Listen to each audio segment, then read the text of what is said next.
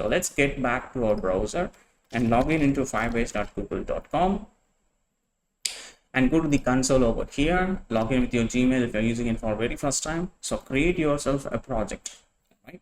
In this case, I'm going to use my old project itself, right?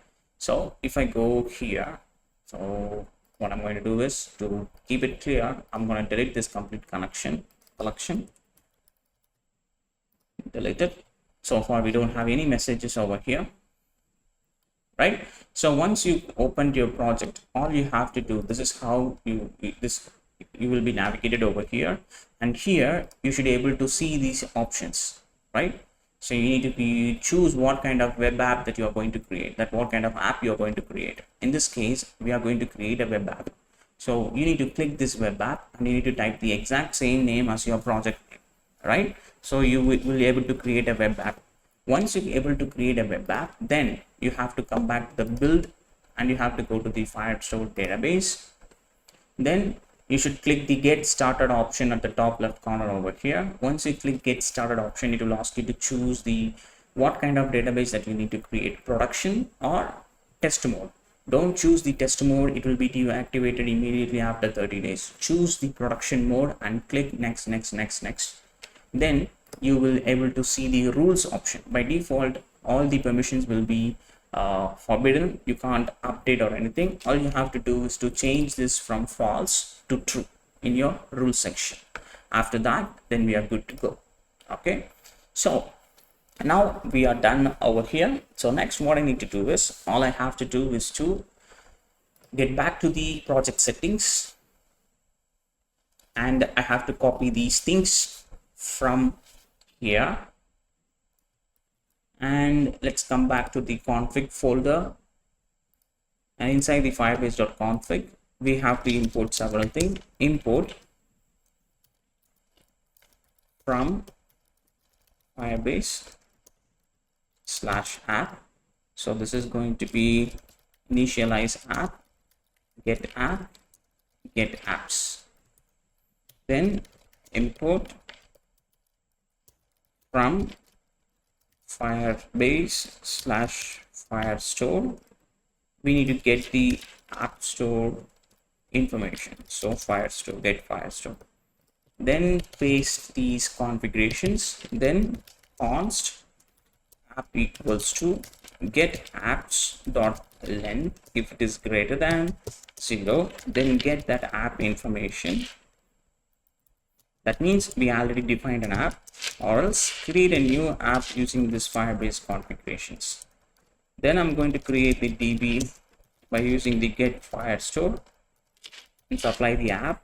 Then I'm going to export these two options like this. Cool. So now the configuration part is done. You have to keep these things securely inside an environment variable. For that simple solutions, right now I'm going to keep it as it is right now. Okay, close this. So now we need to create a function to send this data. So what I'm going to do is, whenever I'm clicking this button on click, I'm going to call a function called send message, which we haven't created. And over here, let's say call send message is equal to asynchronous method. So the reason why we are creating it as an asynchronous method, because this function action needs to be wait until the data is successfully saved into our database, right? Over here inside the Firestore. So before jumping into adding the details, click this option to go to the official documentation and go to the build and click the Firestore. And there you can able to see add and manage data. Click add data. So basically we can able to add the data into the Firebase by using two different sets of methods. One is setDoc, which needs an ID to insert your new data. You need to manually supply your ID, or you can use the addDoc method. There is one more method called addDoc, where you don't have to supply the ID because the ID will be auto-generated. In this case, I'm going to use the addDoc, right? So what I'm going to do is, I'm going to make sure if the data.email, if it is equals to empty, or else if the data dot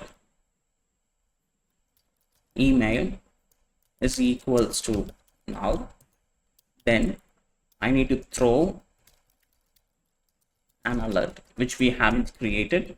Then, or else if we have something to send, I'm going to send the data await add doc. So let's import the Firebase. Import from Firebase slash, so which is going to be Firestore.